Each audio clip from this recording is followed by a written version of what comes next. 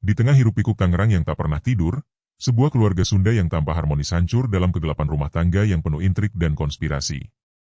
Asep, seorang buruh pabriket yang setia namun terbelenggu hutang, menemukan bahwa istrinya, Neng Siti, telah menghabiskan simpanan uangnya tanpa izin, uang yang seharusnya melunasi jeratan pinjaman gelap dari masa lalunya.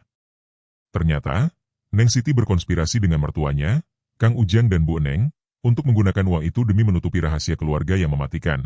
Sebuah skandal lama yang melibatkan pengkhianatan, pencurian warisan, dan dendam tersembunyi. Dalam ledakan amarah yang brutal, Asep memutilasi ketiganya dalam ritual pembalasan yang sadis, meninggalkan jejak darah yang menyayat hati. Asep menyeret langkahnya menyusuri jalan sempit Citra Raya, debu pabriket masih menempel di kulitnya seperti lapisan kedua yang tak pernah benar-benar hilang. Hari itu, seperti biasa, ia pulang dari Cikupa dengan tubuh yang berdenyut lelah, tapi pikirannya lebih berat daripada beban mesin-mesin yang ia operasikan seharian. Udara petang Tangerang terasa lengket, bercampur bau asap knalpot dan doa azan yang mulai bergema dari masjid kampung. Ia membayangkan rumahnya, tempat kecil yang ia bangun dengan keringat bertahun-tahun, tapi sekarang terasa seperti jebakan yang semakin menjerat. Di dalam dada Asep, ada gejolak yang tak bisa ia namai. Cinta? Kebencian? Atau hanya kelelahan yang menumpuk seperti tumpukan ket kering di sudut pabrik?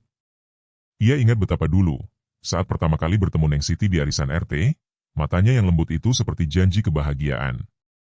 Mereka menikah dengan sederhana, di bawah tenda biru yang dipinjam dari tetangga, dan Asep merasa seperti pahlawan yang akhirnya menemukan pelabuhan.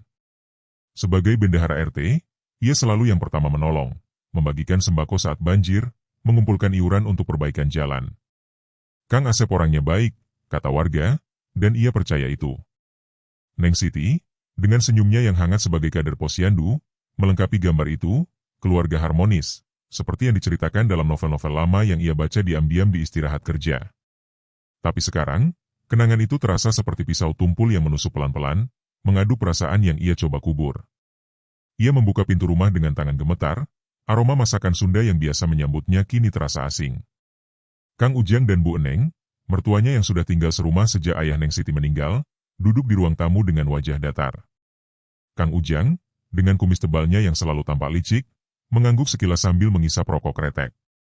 Bu Eneng, mata tuanya penuh perhitungan, sibuk menyusun piring di meja. Mereka bukan sekadar tamu, mereka adalah bayang-bayang yang menjengkelkan, selalu ada di setiap sudut rumah, menggerogoti ruang yang seharusnya milik Asep dan Neng Siti saja. Asep tahu, di balik senyum Bu Eneng yang pura-pura welas asih, ada konspirasi yang telah lama meracuni rumah tangga ini. Hutang judi Kang Ujang bukan rahasia lagi, ia pernah mendengar bisik-bisik tetangga tentang bagaimana Kang Ujang meminjam uang dari lintah darat, lalu memaksa Neng Siti untuk menutupinya. Ini demi keluarga, kata Bu Neng suatu malam, suaranya seperti bisikan ular, saat Asep pura-pura tidur. Neng, ambil saja uang simpanan Asep. Dia kan suamimu, pasti mengerti. Kalau enggak, ayahmu ini bisa mati di tangan mereka.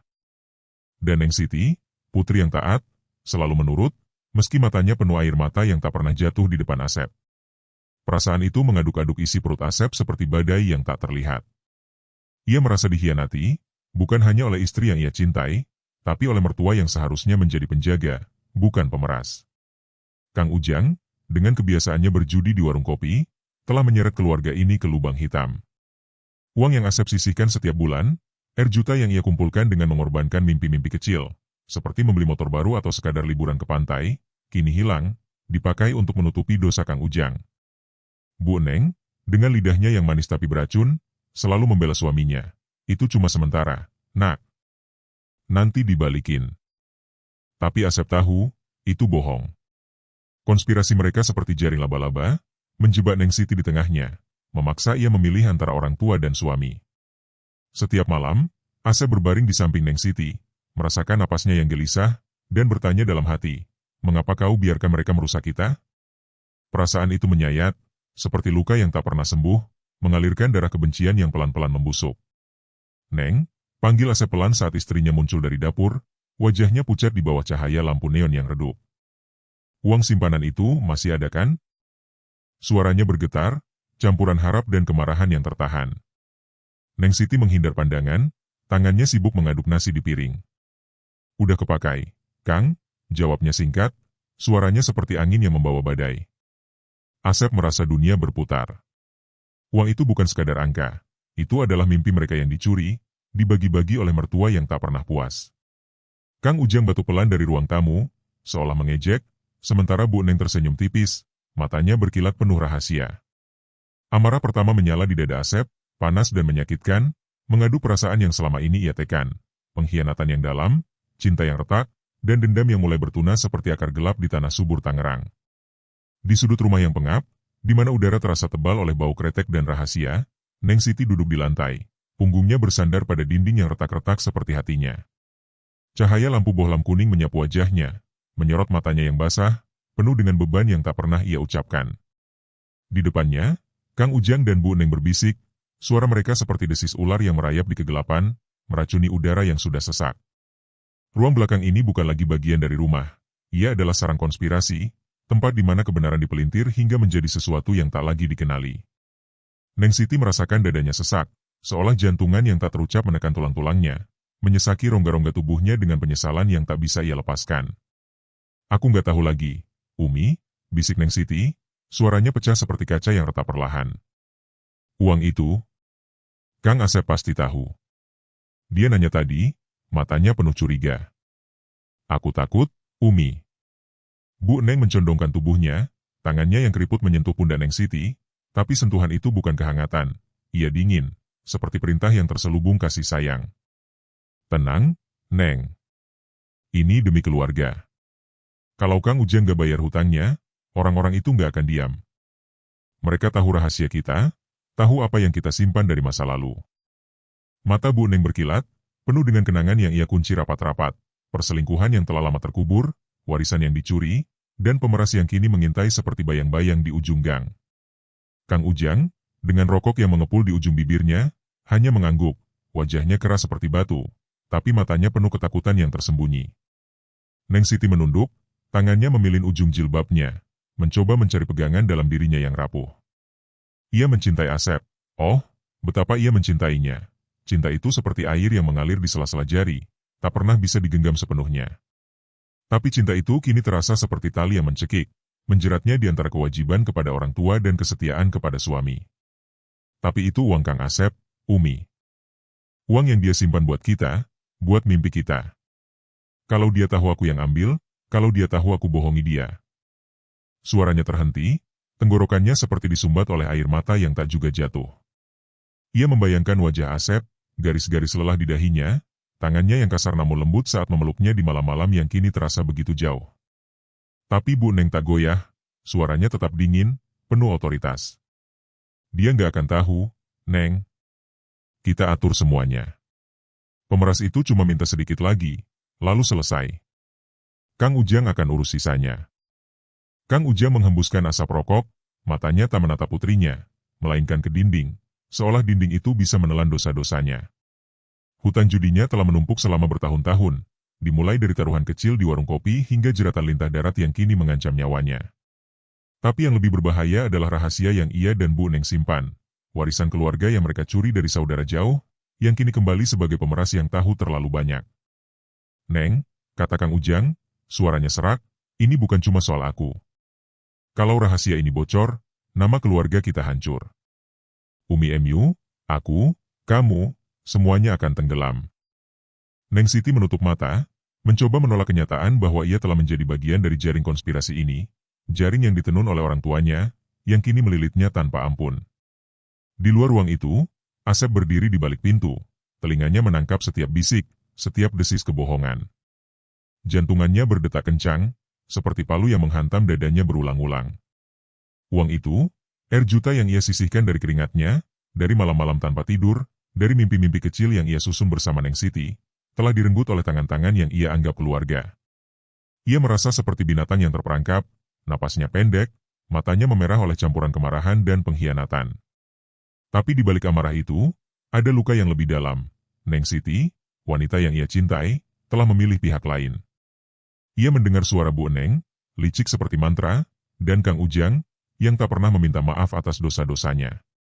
Konspirasi mereka seperti racun yang merembes ke dalam darah Asep, membangkitkan sesuatu yang gelap, sesuatu yang selama ini ia tekan di dasar jiwanya. Ia mengepalkan tangan, kuku-kukunya menggigit telapaknya, dan dalam diam, ia bersumpah, mereka akan membayar, dengan cara yang tak pernah mereka bayangkan. Azan maghrib bergema seperti jeritan yang tertahan, menusuk telinga Asep yang sudah memerah oleh api yang membara di dalam dadanya. Ia berdiri di ambang pintu kamar, tubuhnya kaku seperti patung yang siap runtuh, matanya menatap Neng Siti dengan tatapan yang penuh pengkhianatan, seolah setiap napasnya adalah tuduhan yang tak terucapkan. Rumah yang dulu terasa seperti pelukan kini berubah menjadi arena pertarungan, dinding-dindingnya seolah merapat, menekan dada Asep hingga sesak. Uang itu, air juta yang ia kumpulkan dengan darah dan air mata, dari pagi buta hingga malam gelap di pabriket, telah lenyap, direnggut oleh tangan-tangan yang ia anggap suci. Neng Siti berdiri di depan meja dapur, tangannya gemetar memegang piring, wajahnya pucat seperti mayat yang belum mati, tapi matanya, oh matanya, penuh dengan kebohongan yang ia coba sembunyikan di balik senyum palsu. Uang itu, Neng, desis Asep, suaranya rendah tapi bergetar seperti gempa yang akan meledak. Kau pakai buat apa? Buat nutupin dosa-dosa mereka lagi? Buat bayar pemeras yang tahu rahasia busuk Umi MU? Kata-katanya seperti pisau yang menusuk, mengiris lapisan-lapisan konspirasi yang telah lama ia dengar dari balik dinding. Neng Siti mundur selangkah, tangannya menutup mulut, tapi air mata yang jatuh bukan karena penyesalan. Itu adalah air mata ketakutan, ketakutan akan amarah yang ia tahu akan datang seperti banjir bandang. Kang, dengar dulu, bisiknya, suaranya pecah, tapi Asep tak mendengar lagi. Ia melihat semuanya, bagaimana Bu Neng, dengan lidahnya yang beracun, telah menenun jaring pengkhianatan sejak lama. Perselingkuhannya yang kotor itu bukan sekadar dosa masa lalu, tapi benih konspirasi yang tumbuh menjadi pohon beracun. Warisan yang dicuri, uang yang dipinjam dari lintah darat, dan Kang Ujang, dengan judinya yang tak pernah puas, telah menyeret Neng Siti ke dalamnya, memaksa ia menjadi boneka di tangan mereka. Mereka paksa aku, Kang, isak Neng Siti, tapi kata-kata itu hanya menyulut api lebih hebat. Asep melangkah maju, tangannya meraih besi panjang yang tergantung di dinding. Alat sederhana yang biasa ia gunakan untuk memperbaiki rumah, tapi kini terasa seperti senjata pembalasan. Dadanya naik turun, napasnya pendek dan panas, seperti binatang yang terluka parah. Ia merasakan setiap denyut jantungnya sebagai pukulan dendam. Dendam atas tahun-tahun yang dicuri, atas mimpi yang dihancurkan, atas cinta yang diracuni oleh mertua yang kejam. Kau pilih mereka daripada aku, geramnya, dan dengan satu ayunan, besi itu menghantam bahu Neng Siti. Suara retak tulang bergema seperti jeritan yang tertahan, dan Neng Siti jatuh ke lantai. Darah mulai mengalir dari luka yang menganga, matanya melebar penuh kengerian. Tapi Asep tak berhenti. Amarah itu seperti gelombang yang tak bisa dibendung, mengaduk-aduk jiwanya hingga tak ada lagi ruang untuk belas kasih. Ia membekap mulut Neng Siti dengan tangannya yang kasar, merasakan napas istrinya yang tersengal, dan dalam kegelapan itu, ia melihat bayang-bayang konspirasi. Bu Neng yang tersenyum licik saat memerintah Neng Siti mencuri uangnya, Kang Ujang yang tertawa di balik asap rokoknya saat hutangnya terbayar dengan keringat Asep.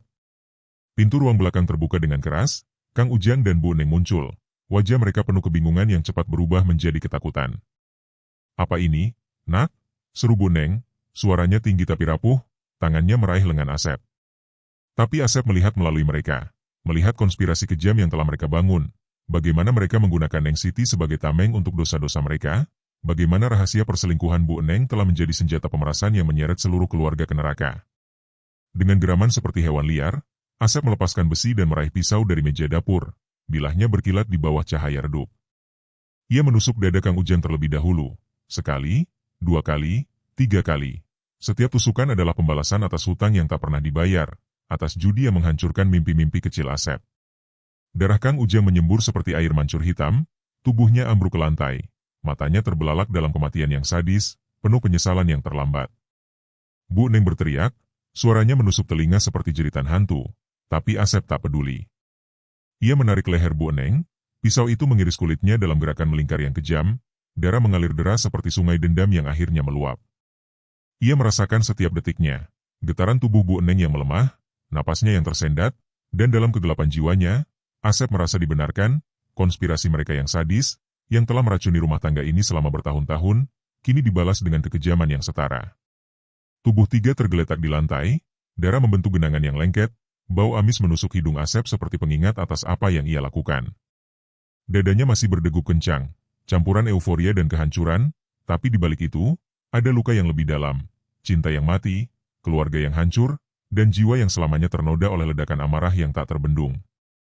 Asep berdiri di tengah kekacauan itu, tangannya berlumur darah, dan untuk pertama kalinya, Ia merasa benar-benar sendirian di dunia yang gelap ini.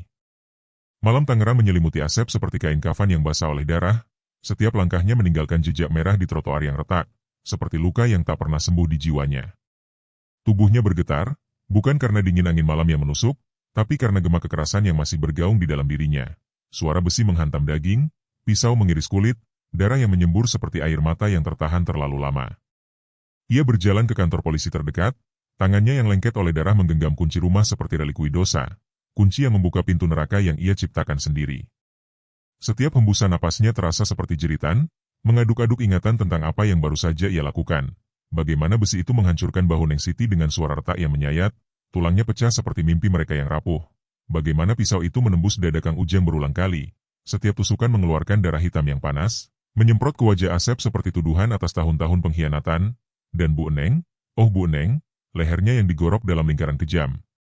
Darah mengalir deras seperti sungai yang membawa rahasia perselingkuhannya ke permukaan, matanya yang terbelalak penuh kengerian saat napasnya tersendat, tubuhnya bergetar sebelum akhirnya diam selamanya. Di depan pintu polisi, Asep berhenti sejenak, dadanya naik turun seperti ombak yang menghantam karang, perasaan bebas dan hancur bercampur aduk dalam satu hembusan napas. Ia merasa dibebaskan dari konspirasi yang telah meracuni hidupnya. Jaring kebohongan yang ditenun oleh Bu Eneng dengan lidahnya yang beracun, Kang Ujang dengan tangannya yang serakah, dan Neng Siti yang terjebak di tengahnya seperti burung dalam sangkar. Tapi penyesalan itu menyayat lebih dalam daripada pisau yang ia gunakan. Ia melihat wajah Neng Siti dalam pikirannya, bibirnya yang bergetar saat memohon, darah yang menetes dari luka dada yang ia torehkan sendiri, mata yang penuh cinta yang kini gelap oleh kematian. Mengapa aku? Gumamnya dalam hati, tapi jawabannya adalah amarah yang telah membutakan, dendam yang lahir dari pengkhianatan yang menyakitkan. Ia mendorong pintu, cahaya neon polisi menyilaukan matanya yang merah, dan suaranya keluar pelan tapi pasti. Saya habis ngebunuh keluarga saya, Pak. Istri dan mertua saya di rumah. Polisi di meja depan mengangkat kepala, matanya mengerut curiga, tapi saat melihat Asep, jaketnya yang berlumur darah kering, tangannya yang bergetar, wajahnya yang pucat seperti hantu, ia langsung berdiri. Bapak siapa? Ada yang bisa kami bantu? Tanya polisi itu, suaranya tegas tapi hati-hati, seperti orang yang menghadapi binatang liar. Asep meletakkan kunci di meja, suara logam itu bergema seperti palu hakim yang jatuh. Ini kunci rumah saya, Pak. Di Citra Raya, nomor 20B. Mereka sudah mati. Saya yang lakukan. Kata-katanya mengalir seperti darah dari luka terbuka. Detail kekerasan itu kembali menyergap. Bagaimana ia membekap mulut Neng Siti hingga napasnya melemah, tubuhnya yang bergelut lemah sebelum akhirnya diam. Kang Ujang yang mencoba melawan, tapi pisau itu menusuk perutnya, ususnya yang tumpah seperti rahasia yang bocor, bau amis yang menusuk hidung. Bu Eneng yang berteriak sebelum pisau mengiris tenggorokannya, darah yang menyembur ke dinding seperti lukisan kegelapan, tubuhnya yang jatuh. Dengan suara lembek, mata yang masih terbuka menatap Asep dengan tuduhan abadi. Polisi lain mendekat, tangan mereka siap di pinggang, mata mereka memindai bercak darah yang menodai celana Asep, luka gores di lengannya sendiri, bukti perlawanan yang menyayat hati. Bapak serius? Ini bukan main-main, kata salah satunya, suaranya ragu tapi tegang. Asep mengangguk, air mata akhirnya jatuh, membasahi wajahnya yang berlumur darah, campuran penyesalan dan kelegaan yang menyakitkan. Mereka mengamankannya, tangan diborgol dengan dingin logam yang menggigit kulit, dan saat dibawa ke sel, Asep merasa jiwanya terkoyak, dibebaskan dari belenggu konspirasi, tapi teriris oleh gambar-gambar kekerasan yang tak pernah pudar, darah yang menggenang di lantai, tubuh tiga yang tergeletak seperti boneka rusak, dan keheningan rumah yang kini menjadi makam rahasia mereka. Di luar, warga mulai gempar, bisik-bisik mulai menyebar seperti api liar, tapi rahasia konspirasi itu masih terkubur dalam darah yang mengering, menunggu untuk diungkap dalam kegelapan yang semakin pekat. Lampu sorot polisi menyapu rumah kecil di Citra Raya seperti pisau bedah yang membuka luka lama, cahaya biru merah berkedip-kedip di dinding yang kini berlumur noda darah yang mengering seperti lukisan kegelapan yang tak sengaja. Para petugas melangkah masuk dengan hati-hati, sepatu but mereka menginjak genangan darah yang lengket, suara lengket itu seperti bisikan rahasia yang enggan terungkap. Udara di dalam rumah tebal oleh bau amis dan maut, campuran antara doa azan yang tertinggal dan jeritan yang tak pernah keluar. Di ruang salat, tubuh Bu Neng tergeletak seperti boneka yang rusak, mukena putihnya kini merah pekat, lehernya yang digorok membentuk senyum mengerikan yang mengalirkan darah ke sajadah, mata tuanya terbelalak seolah masih melihat bayang-bayang dosa perselingkuhannya yang telah lama terkubur. Luka itu menyayat dalam, bukan hanya daging tapi juga jiwa, sayatan yang melingkar seperti lingkaran konspirasi yang ia tenun sendiri, darahnya menggenang seperti air mata yang tertahan selama bertahun-tahun, mencampur dengan air wudhu yang belum kering. Di kamar sebelah, Kang Ujang ambruk di lantai. Dadanya yang ditusuk berulang kali menganga seperti mulut yang berteriak tanpa suara. Ususnya yang tumpah sedikit seperti rahasia yang bocor dari perutnya yang buncit. Darah hitam mengalir ke celah-celah ubin, menciptakan pola acak yang seolah menceritakan kisah judinya yang tak pernah berakhir. Matanya, yang biasa licik dan penuh perhitungan, kini kosong, tapi di balik kekosongan itu, polisi mulai melihat jejak konspirasi. Tangannya yang kaku masih menggenggam secari kertas kusut, catatan hutang dari lintah darat yang nama-namanya seperti mantra kejahatan. Dan Neng Siti, Neng Siti, terkapar di dapur seperti bunga yang layu sebelum mekar penuh, bahunya yang remuk oleh besi masih menunjukkan bekas pukulan pertama. Dadanya yang ditusuk dalam-dalam mengeluarkan darah yang bercampur dengan air mata kering, matanya yang lembut kini gelap, tapi di saku bajunya, polisi menemukan surat-surat rahasia. Bukti konspirasi yang mulai terungkap, huruf-huruf yang ditulis Bu Eneng dengan tangan gemetar, memerintah Neng Siti untuk mengambil uang Asep demi menutupi warisan curian dan pemerasan yang mengancam. Brigadir yang memimpin tim olah TKP menarik napas panjang, tangannya yang bersarung lates menyentuh barang bukti dengan hati-hati, tapi jiwanya terguncang oleh pemandangan yang menyayat ini. Sebuah keluarga yang dulu dikenal harmonis, kini hancur dalam kekerasan yang lahir dari rahasia gelap. Ini bukan pembunuhan biasa, gumamnya pada rekannya, suaranya rendah tapi tegang. Saat mereka menemukan catatan harian Bu Eneng di laci meja, halaman-halaman yang menceritakan perselingkuhannya bertahun-tahun lalu, bagaimana ia mencuri warisan dari saudara jauh untuk menutupi dosa itu, dan bagaimana Kang Ujang menggunakan hutang judinya sebagai alasan untuk menyeret Neng Siti ke dalamnya. Rahasia terungkap pelan-pelan, seperti lapisan kulit yang dikupas. Pemeras itu bukan orang asing, tapi saudara yang dendam, yang mengetahui segalanya dan menuntut bayaran dengan ancaman bocornya skandal. Polisi mencatat semuanya, foto-foto yang diambil seperti lukisan maut, setiap detail luka, tusukan di dada yang dalam hingga menyentuh jantung, sayatan leher yang presisi seperti eksekusi, menjadi bukti motif yang lebih dalam daripada sekadar cekcok keuangan. Di luar rumah, tetangga berkumpul seperti hantu-hantu yang penasaran, wajah mereka pucat di bawah cahaya lampu jalan. Bisik-bisik mereka seperti angin yang membawa berita nestapa. Keluarga itu baik-baik saja, kata seorang ibu, suaranya bergetar, tapi di balik kata-kata itu, ada keraguan yang mulai muncul, ingatan tentang cekcok samar yang pernah mereka dengar, bisikan tentang hutang Kang Ujang yang tak pernah dibayar. Polisi mendorong mereka mundur, tapi rahasia itu sudah mulai merembes keluar seperti darah dari luka terbuka. Investigasi awal mengarah pada motif keuangan, tapi intrik lebih dalam terendus, konspirasi yang melibatkan pengkhianatan lama, dendam keluarga, dan kebohongan yang telah meracuni rumah ini selama bertahun-tahun. Brigadir menutup pintu TKP, tapi kegelapan itu tak bisa ditutup. Ia merembes ke jalanan Tangerang, meninggalkan jejak yang menyayat hati, menunggu untuk diungkap sepenuhnya dalam cahaya pagi yang dingin. Bayang-bayang masa lalu merayap seperti asap kretek yang pekat, membungkus ingatan Asep dalam kabut yang menyakitkan, di mana setiap hembusan napas membawa aroma pengkhianatan yang tak pernah pudar. Pernikahan mereka dulu, di bawah tenda biru yang compang-camping, terasa seperti mimpi yang rapuh.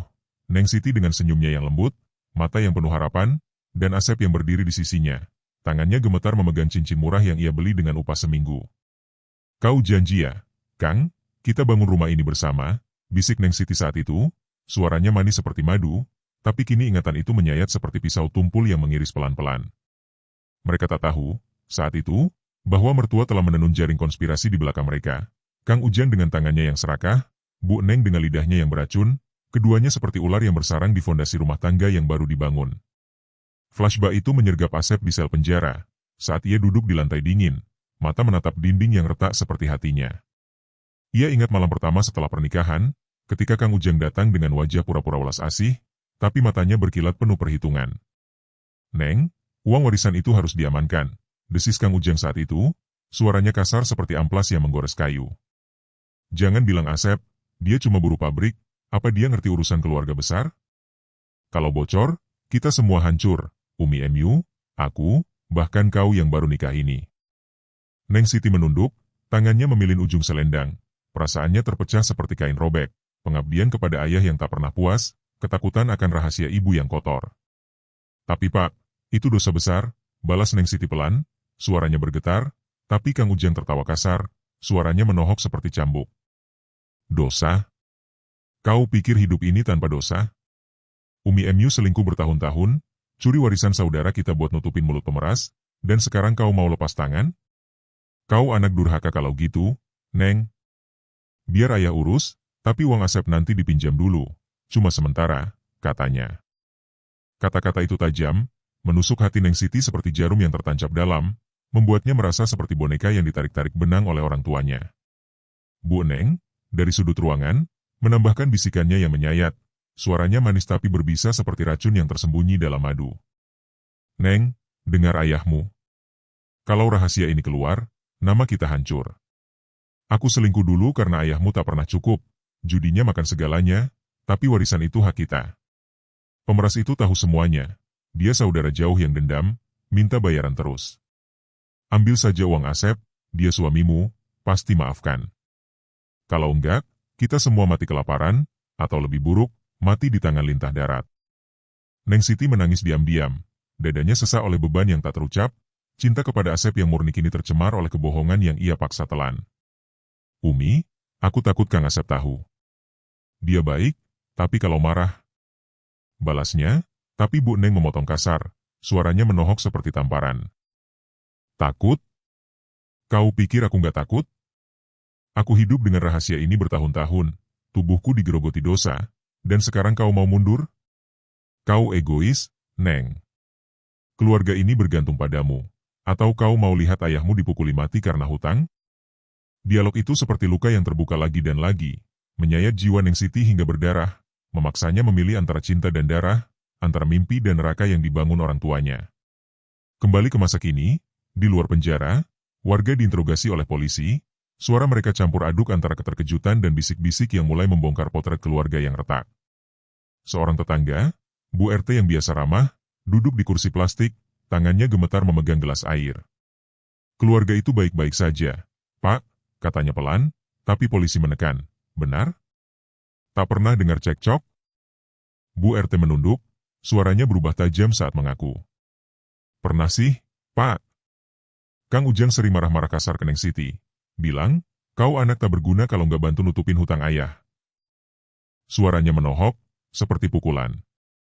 Dan Bu Neng, dia bilang, jangan cerewet, Neng, rahasia Umi jangan bocor, atau kau yang kena akibatnya. Aku dengar dari dinding tipis, tapi pura-pura tak tahu. Asep? Dia diam saja, tapi matanya penuh dendam. Tetangga lain menambahkan, suaranya kasar dan menyayat. Iya, Pak. Pernah dengar Asep bentak mertuanya malam-malam? Kalian parasit. Uangku kalian hisap habis buat dosa kalian. Tapi mereka balas, diam kau, buruh rendahan. Tanpa kami, kau tak punya istri. Itu cekcok keuangan yang dalam, Pak, seperti luka yang tak sembuh. Potret keluarga itu retak semakin jelas, dialog-dialog tajam itu seperti pisau yang mengiris lapisan harmoni palsu, mengungkap konspirasi yang telah meracuni segalanya sejak awal, meninggalkan Asep dalam kegelapan penyesalan yang tak berujung. Sel penjara itu dingin seperti kubur, dindingnya yang kelabu berlumur noda-noda tak terucap, seolah menyimpan jeritan para tahanan sebelum Asep. Ia duduk di sudut, tubuhnya meringkuk, tangannya yang masih berbau darah kering menggenggam kepalanya, mencoba menahan gema kekerasan yang masih bergaung di pikirannya. Suara besi menghantam bahu Neng Siti, retak tulang yang seperti simfoni kegelapan, pisau yang menari di dada Kang Ujang hingga darahnya menyembur seperti air mata hitam, dan leher Bu Neng yang teriris rapi. Darahnya mengalir seperti sungai rahasia yang akhirnya pecah bendungannya. Cahaya neon di atas kepalanya berdengung, menyapu wajahnya yang pucat, mata merahnya penuh dengan campuran penyesalan dan kelegaan yang menyayat, seperti luka yang terus berdarah meski tak disentuh. Di depannya, seorang polisi, Brigadir Sidik, duduk dengan buku catatan, matanya tajam tapi penuh pertanyaan yang belum terucap. Meja besi di antara mereka terasa seperti batas antara dunia dan neraka yang Asep ciptakan sendiri. Saudara Asep, kata Brigadir Sidik, suaranya rendah tapi menusuk seperti pisau dingin, ceritakan lagi, dari awal. Apa yang membuat Bapak tega melakukan itu? Istri Bapak, mertua Bapak, kenapa mereka harus mati? Asep menarik napas, dadanya berguncang, setiap kata yang keluar seperti darah yang mengalir dari luka terbuka.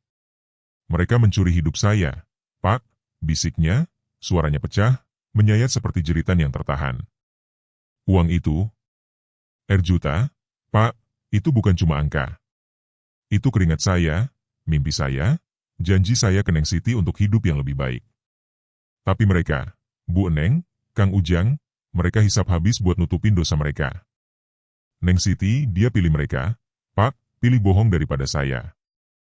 Air matanya jatuh, tapi bukan air mata lemah. Itu air mata kemarahan yang bercampur penyesalan, setiap tetesnya seperti darah yang masih menetes dari luka-luka yang ia torehkan. Brigadir Sidik membuka map berisi barang bukti, mengeluarkan pisau dapur yang bilahnya masih berlumur darah kering, besi berkarat yang penuh sidik jari, dan mukena Bu Eneng yang robek dan merah pekat.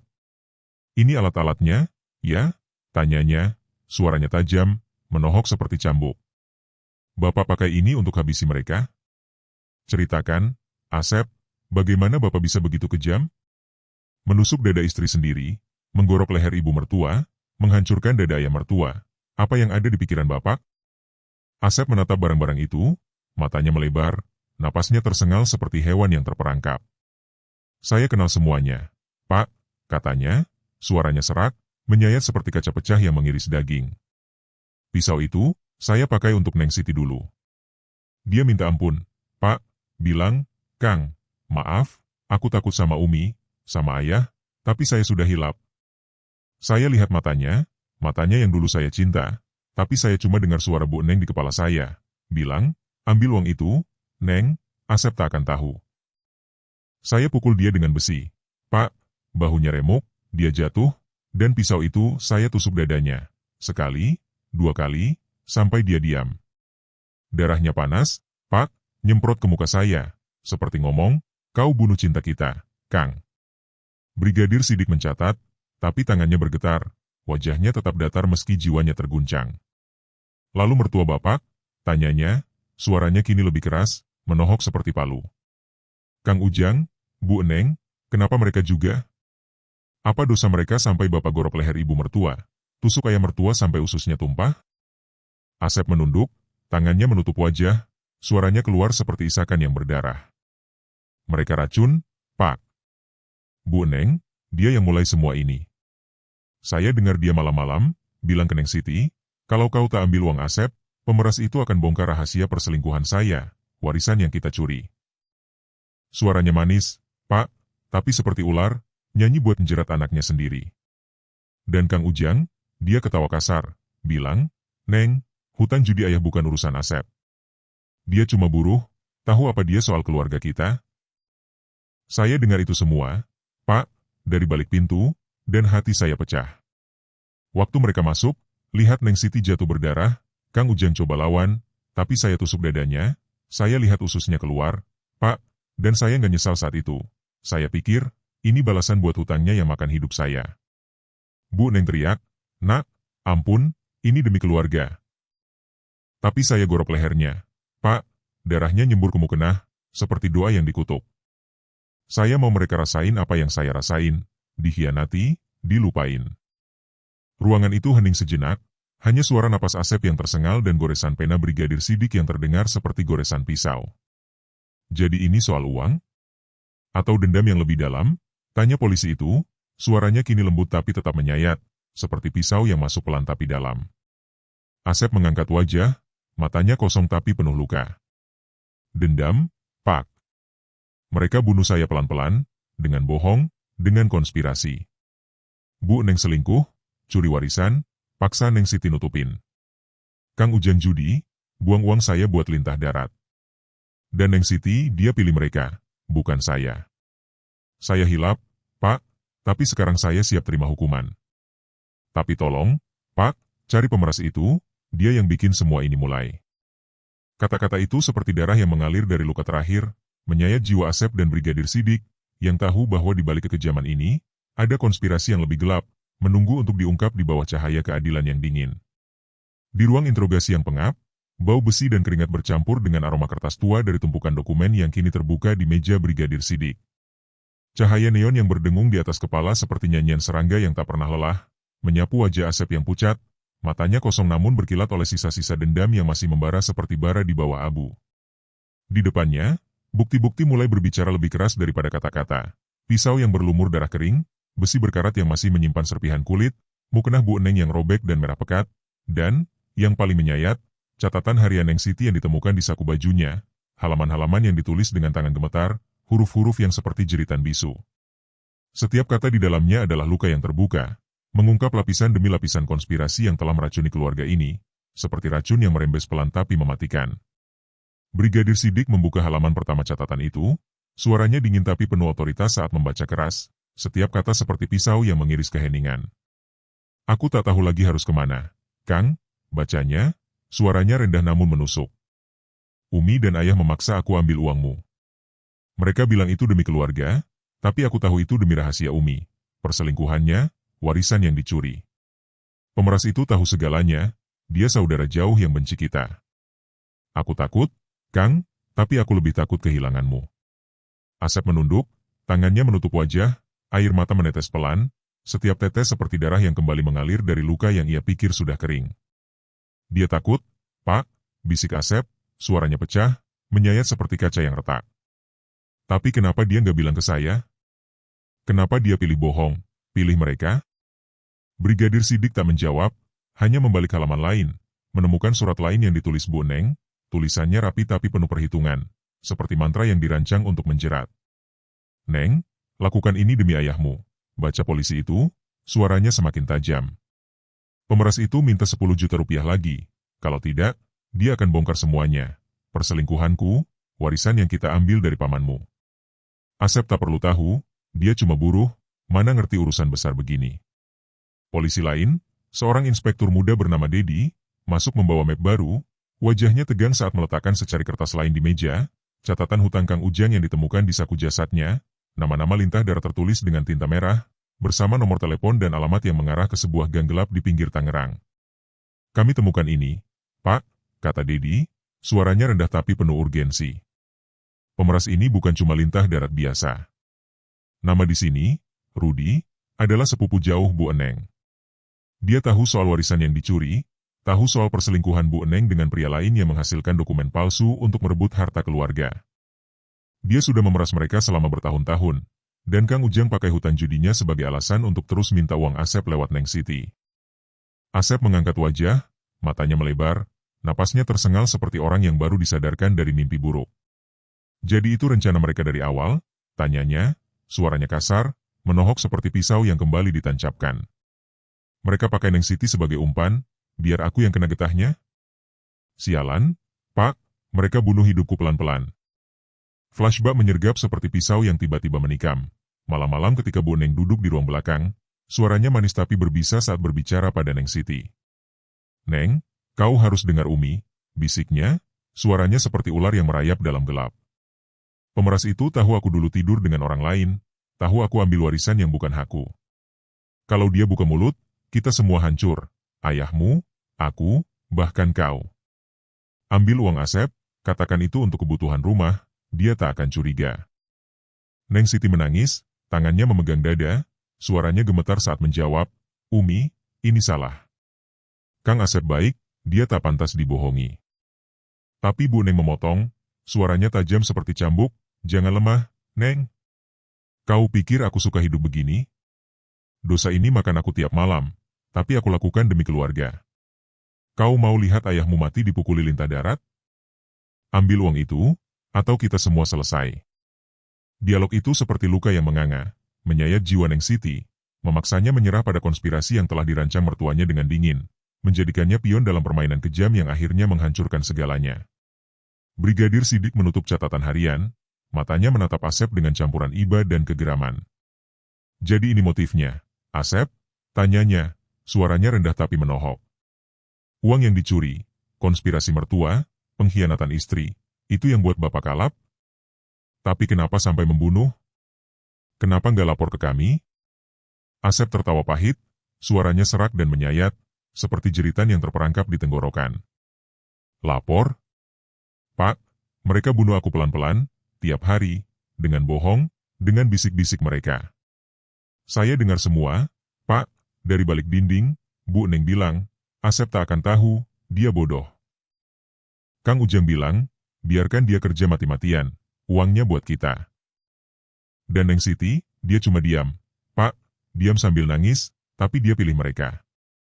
Saya hilap, Pak, saya cuma mau mereka rasain apa yang saya rasain, sakit yang gak ada obatnya. Kata-kata itu seperti darah yang mengalir dari luka terbuka, menyayat hati Brigadir Sidik, yang tahu bahwa konspirasi ini jauh lebih gelap daripada sekadar pembunuhan. Sebuah jaring kebohongan yang kini terbongkar, meninggalkan Asep dalam penjara dan rahasia yang mulai menyebar seperti api di antara warga Tangerang yang gempar. Sel penjara itu seperti rahim kegelapan, dindingnya yang dingin menyerap setiap suara, hanya menyisakan gema napas Asep yang tersengal, berat oleh beban penyesalan dan dendam yang masih membara seperti bara yang tak pernah padam. Cahaya neon di atas kepalanya berkedip, seolah mengejek kehidupan yang kini hanya bayang-bayang baginya. Di dalam kepalanya, gambar-gambar kekerasan itu berputar seperti film yang rusak, darah Neng Siti yang menyembur dari dadanya, setiap tusukan pisau seperti jeritan yang ia sendiri tak dengar, Kang Ujang yang ambruk dengan usus tumpah, matanya yang licik akhirnya kosong, dan Bu Eneng, lehernya yang teriris, darah mengalir ke mukena seperti doa yang dikutuk. Tapi di balik semua itu, ada sosok lain yang kini menghantui Asep, pemeras, saudara jauh yang bernama Rudi, dalam konspirasi yang telah meracuni keluarganya selama bertahun-tahun. Asep mengepalkan tangan, kuku-kukunya menggigit telapaknya hingga berdarah, dan dalam hati ia bersumpah, jika penjara ini tak mengurungnya selamanya, Rudi akan merasakan pisau yang sama, darah yang sama, kematian yang sama. Di ruang interogasi, Brigadir Sidik kembali duduk di depan Asep, kali ini dengan setumpuk dokumen baru, bukti yang dikumpulkan dari TKP dan penggeledahan rumah Rudi, sepupu Bu Eneng yang kini menjadi buruan polisi. Kami temukan jejak Rudi. Asep, kata Sidik, suaranya dingin tapi tajam seperti bilah pisau yang baru diasah. Dia simpan surat-surat ancaman, catatan tentang warisan yang dicuri Bu Eneng, bahkan foto-foto lama yang membuktikan perselingkuhannya. Dia memeras kalian selama bertahun-tahun, dan Kang Ujang pakai hutang judinya sebagai alasan untuk terus minta uangmu. Tapi kenapa kau nggak lapor, Asep? Kenapa pilih bunuh keluargamu sendiri? Kata-kata itu menohok, seperti cambuk yang mengoyak kulit, dan Asep menatap polisi itu dengan mata merah, napasnya berderu seperti binatang yang terluka. Lapor? Asep tertawa pahit, suaranya serak, menyayat seperti kaca pecah yang mengiris daging. Pak, kau pikir polisi bisa bersihin racun yang udah masuk ke darah keluarga kami? Bu Neng tiap malam bisik ke Neng Siti. Ambil uang Asep, Neng, atau Rudi bakal bongkar rahasia kita. Warisan itu kita curi, tapi itu hak kita. Suaranya manis, Pak, tapi seperti ular, nyanyi buat menjerat anaknya sendiri. Dan Kang Ujang, dia bentak Neng Siti, kau anak durhaka kalau nggak bantu ayah. Hutangku kelintah darat gara-gara warisan itu, dan Asep cuma buruh, apa haknya tahu urusan kita? Saya dengar semua, Pak, dari balik pintu, tiap malam, dan hati saya berdarah. Neng Siti cuma nangis, bilang, Kang, maaf, aku takut, tapi dia pilih bohong, pilih mereka. Saya kalap, Pak, saya mau mereka rasain sakit yang saya rasain, sakit yang gak ada obatnya. Kata-kata itu seperti darah yang mengalir dari luka terbuka. Setiap suku kata menyayat hati Sidik, yang mulai memahami betapa dalamnya konspirasi ini telah merusak jiwa Asep. Sidik membuka catatan harian Neng Siti lagi, halaman yang penuh coretan air mata kering, dan membaca keras, suaranya tajam seperti pisau yang mengiris udara. Kang, aku tahu aku salah, tapi Umi bilang kalau aku nggak ambil uangmu, Rudi akan bunuh ayah. Aku takut, Kang, tapi aku lebih takut kehilanganmu. Maaf, aku lemah. Asep menutup mata, air matanya jatuh, setiap tetes seperti darah yang masih menetes dari luka yang ia torehkan sendiri. Dia lemah, Pak, bisiknya, suaranya pecah, menyayat seperti jeritan yang terperangkap. Tapi kenapa dia nggak pilih saya? Kenapa dia biarkan Bu Eneng dan Kang Ujang menjerat dia? Saya cinta dia, Pak, tapi cinta itu mati waktu saya lihat dia bohong, waktu saya dengar dia bilang ke Umi. Baik, Umi, aku ambil uang Kang Asep, tapi jangan bilang dia. Saya nggak tahan, Pak, saya nggak tahan lihat hidup saya dirampok pelan-pelan sama mereka. Di luar penjara, polisi mulai mengejar Rudi, jejaknya ditemukan di sebuah warung kopi di pinggir Tangerang, tempat dia biasa bertemu lintah darat. Tetangga yang diwawancarai mulai membongkar lebih banyak. Seorang penutur, Bu RT, berbicara dengan suara gemetar tapi tajam, saya dengar Bu Neng bilang ke Neng Siti, kalau Rudi buka mulut soal perselingkuhan Umi, kita selesai. Ambil uang itu, Neng, atau kita mati. Dan Kang Ujang, dia kasar, bentak, Neng, jangan bodoh. Asep nggak akan tahu, dia cuma budak pabrik. Saya takut campur, Pak, tapi saya diam, karena keluarga itu kelihatan baik-baik saja. Kata-kata itu seperti pisau yang mengiris lapisan harmoni palsu, mengungkap konspirasi yang semakin jelas. Rudi, dengan dendam yang membara atas warisan yang dicuri, telah menjadikan keluarga ini sebagai sandera, dan Neng Siti sebagai pion yang tak berdaya. Asep, di dalam sel, merencanakan pembalasan terakhir, matanya berkilat saat berbisik pada dirinya sendiri. Suaranya rendah tapi kejam. Rudi, kau mulai semua ini. Kalau aku keluar, kau akan rasain pisau yang sama, darah yang sama. Gelombang pembalasan itu seperti ombak yang tak terbendung, menyayat hati Asep dan semua yang mendengarnya, meninggalkan Tangerang dalam kegelapan yang semakin pekat, di mana rahasia dan darah menjadi satu. Ruang sidang Pengadilan Negeri Tangerang terasa seperti makam yang berdinding kaca, di mana setiap suara bergema seperti jeritan yang terperangkap dalam batu. Asep duduk di kursi terdakwa, tangannya diborgol, matanya yang merah menatap lantai, seolah mencari celah untuk melarikan diri dari bayang-bayang kekerasan yang masih menghantui. Darah Neng Siti yang menyembur dari dadanya, setiap tusukan pisau seperti pengkhianatan yang ia balas, Kang Ujang yang ambruk dengan usus tumpah, matanya yang licik akhirnya kosong, dan Bu Eneng, lehernya yang teriris, darah mengalir ke mukena seperti doa yang dikutuk.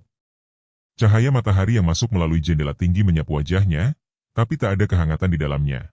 Hanya dinginnya penyesalan yang menyayat, seperti pisau yang ia gunakan kini berbalik mengiris jiwanya sendiri. Di depannya, hakim, jaksa, dan pengacara berdiri seperti penutup peti mati, siap mengubur hidupnya dalam hukuman yang tak terelakkan. Jaksa membacakan dakwaan dengan suara yang tajam, setiap kata seperti cambuk yang mengoyak kulit. Saudara Asep, Anda didakwa melanggar pasal 80 ayat 4 Undang-Undang Nomor 35 Tahun 2014 tentang Perlindungan Keluarga, dengan ancaman 15 tahun penjara, ditambah sepertiga karena korban adalah istri dan mertua Anda sendiri. Juga pasal 44 ayat 3 Undang-Undang Nomor 23 Tahun 2004 tentang Kekerasan dalam Rumah Tangga, dengan ancaman 15 tahun. Anda bunuh istri Anda, Neng Siti, dengan 6 tusukan di dada, ayah mertua, Kang Ujang, dengan tusukan hingga ususnya tumpah, dan ibu mertua, Bu Eneng, dengan leher yang digorok. Apa pembelaan Anda? Kata-kata itu menyayat, seperti pisau yang mengiris luka lama, dan Asep menunduk, napasnya tersengal, setiap suku kata jaksa seperti darah yang mengalir kembali dari tubuh tiga yang ia habisi. Hakim menatap Asep, suaranya dingin tapi menohok. Saudara Asep, ceritakan mengapa Anda lakukan ini. Bukti menunjukkan konspirasi. Istri dan mertua Anda memeras uang Anda untuk menutupi rahasia. Tapi kenapa pilih pembunuhan? Kenapa tak cari keadilan lain? Asep mengangkat wajah, matanya penuh air mata yang tak jatuh, suaranya serak dan menyayat seperti kaca pecah yang mengiris daging. Keadilan, Pak Hakim? Mana keadilan buat saya? Bu Neng bisik tiap malam ke Neng Siti. Ambil uang Asep, Neng, atau pemeras itu bongkar rahasia perselingkuhanku, warisan yang kita curi. Suaranya manis, tapi seperti racun. Pak, enjerat istri saya. Kang Ujang bentak dia, kau anak durhaka kalau nggak bantu ayah. Hutangku kelintah darat gara-gara warisan itu, dan Asep cuma buruh, apa haknya tahu? Saya dengar semua. Pak, dari balik dinding, tiap malam, dan hati saya berdarah. Neng Siti nangis, bilang, Kang, maaf, aku takut sama Umi, sama ayah, tapi dia pilih bohong, pilih mereka. Saya hilap, Pak, saya cuma mau mereka rasain sakit yang saya rasain, sakit yang gak ada obatnya. Pengacara Asep, seorang pria muda dengan wajah tegang, mencoba membela, suaranya lembut tapi tajam, yang mulia, klien saya adalah korban konspirasi. Bukti menunjukkan Bu Eneng dan Kang Ujang memaksa Neng Siti mencuri uang klien saya untuk membayar pemeras, Rudi, yang mengancam membongkar rahasia perselingkuhan dan pencurian warisan. Klien saya bertindak dalam tekanan emosi yang ekstrim. Tapi jaksa memotong, suaranya keras dan menohok, seperti palu yang menghantam. Tekanan emosi bukan alasan untuk mutilasi. Saudara Asep menusuk istri 6 kali, menggorok leher ibu mertua, menghancurkan dada ayah mertua sampai ususnya tumpah. Ini bukan kehilapan, ini kejahatan sadis. Apa Anda nggak dengar cerita mereka, Asep? Apa Anda nggak lihat darah mereka menyembur, menodai tangan Anda? Kata-kata itu seperti pisau yang mengiris hati Asep, dan ia menutup mata, gambar-gambar itu kembali. Darah Neng Siti yang panas di wajahnya, teriakan Bu Eneng yang berubah menjadi desis maut, dan Kang Ujang yang merintih sebelum diam selamanya. Saksi-saksi dipanggil. Tetangga yang dulu menganggap keluarga ini harmonis kini berbicara dengan suara gemetar tapi menyayat. Bu RT, dengan tangan memegang jilbabnya erat, berkata, saya dengar cekcok, Pak Hakim. Bu Neng bilang ke Neng Siti, ambil uang Asep, atau Rudi bongkar rahasia kita.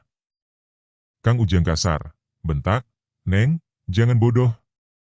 Asep gak akan tahu, dia cuma budak pabrik. Dan Asep, saya dengar dia teriak malam itu, kalian parasit. Uangku kalian rampok buat dosa kalian. Saya takut, Pak, tapi saya diam. Kata-kata itu seperti luka yang menganga, mengungkap konspirasi yang telah lama tersembunyi di balik senyum palsu keluarga ini.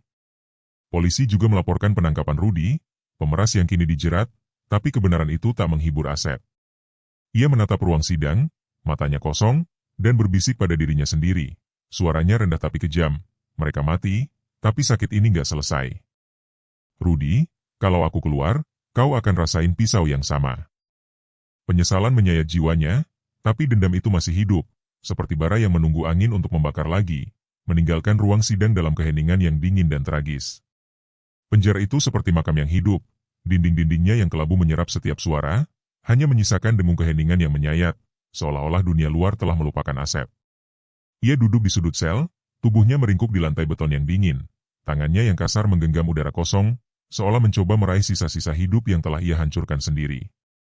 Cahaya neon di atas kepalanya berkedip lemah, seperti napas terakhir dari harapan yang telah lama mati.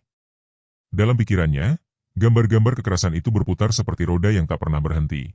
Darah Neng Siti yang panas menyembur ke wajahnya, setiap tusukan pisau seperti pengkhianatan yang ia balas dengan kemarahan buta.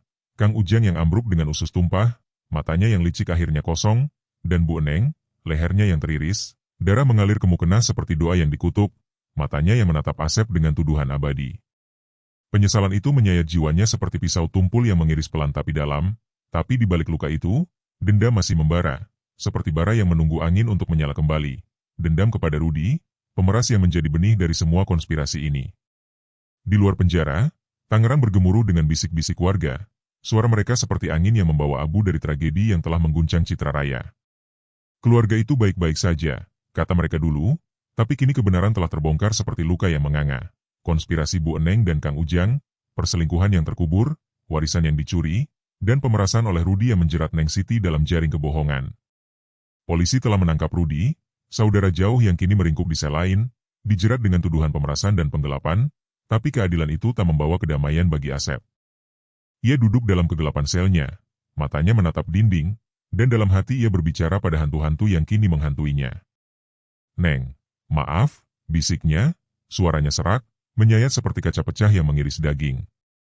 Aku cinta kamu, tapi kamu pilih mereka. Kamu biarkan mereka rampok hidup kita. Aku hilap, Neng, tapi sakit ini gak selesai.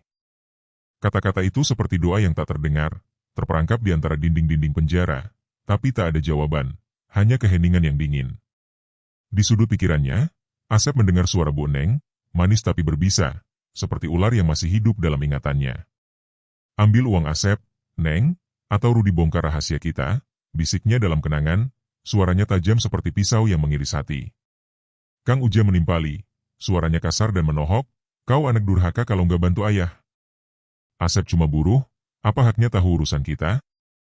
Dan Neng Siti, dengan air mata yang tak pernah jatuh di depan Asep, hanya menjawab pelan, baik, Umi, aku ambil uangnya, tapi jangan bilang Kang Asep.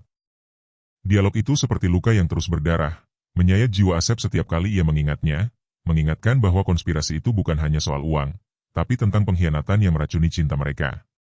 Ia mengepalkan tangan, kuku-kukunya menggigit telapak hingga berdarah, dan dalam bisik yang penuh dendam, ia berjanji pada dirinya sendiri, Rudy, kau mulai semua ini. Kalau aku keluar, kau akan rasain pisau yang sama, darah yang sama, kematian yang sama. Di luar, warga Tangerang masih gempar, tapi pelajaran tragis mulai meresap seperti darah ke tanah kering. Keluarga yang tanpa harmonis hanyalah ilusi, topeng yang menutupi konspirasi dan kebohongan. Tetangga berkumpul di warung kopi, suara mereka penuh kengerian dan penyesalan. Kami kira mereka bahagia, kata Bu RT, suaranya gemetar, tapi kami dengar cekcok itu, Pak. Bu Neng bilang, Neng, ambil uang Asep, atau kita selesai. Kang Ujang bentak, Asep gak akan tahu, dia bodoh. Dan Asep dia teriak, kalian parasit. Uangku kalian curi buat dosa kalian. Kami diam, takut campur. Sekarang mereka mati, dan Asep di penjara. Apa ini keadilan, Pak?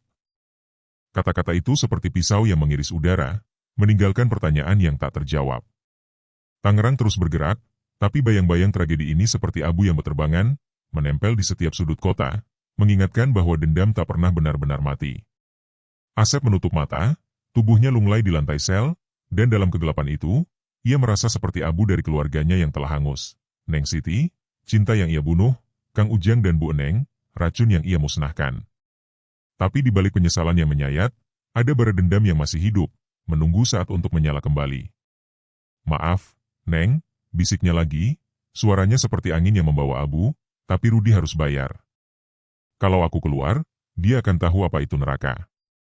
Penjara itu memenjarakan tubuhnya, tapi jiwanya tetap terperangkap dalam lingkaran dendam abadi, meninggalkan Tangerang dalam keheningan tragis yang tak akan pernah pudar, di mana darah dan rahasia menjadi satu, dan cinta hanyalah ilusi yang terkubur di bawah abu.